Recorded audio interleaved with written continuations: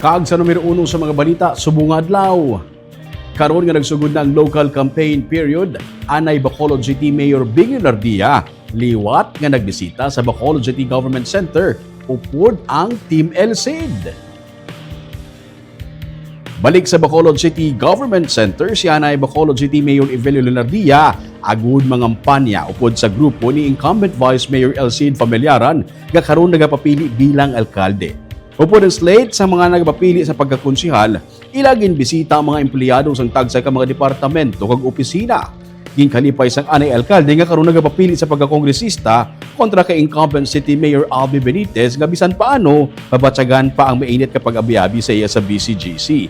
Pero kasubong sang ila opening salvo sa Bacolod Public Plaza, hindi na pula ang kolor o kanang anay kolor sang grupo Progreso nga ila ginadala, kundi blue nga nagapakilala grupo sang Asenso.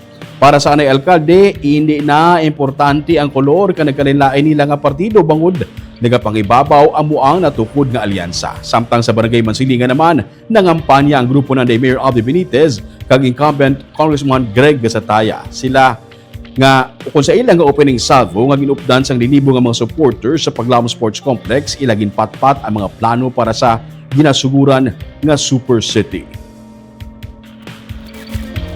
So we maintain each other's identity.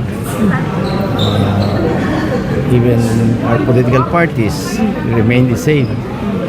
But ang importante is never mind the color, never mind the party, never mind the others, as long as we're together.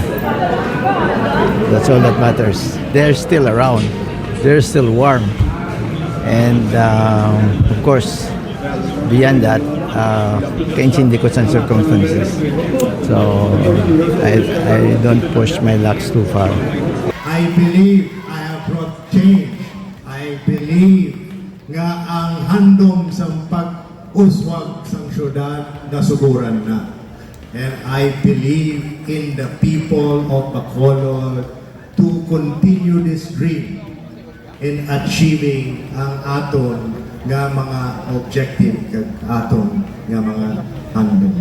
I am not thinking about my next election. I am thinking sa ayuhan sang inyo mga kabataan kag ang mga kabataan sang inyo mga kabataan.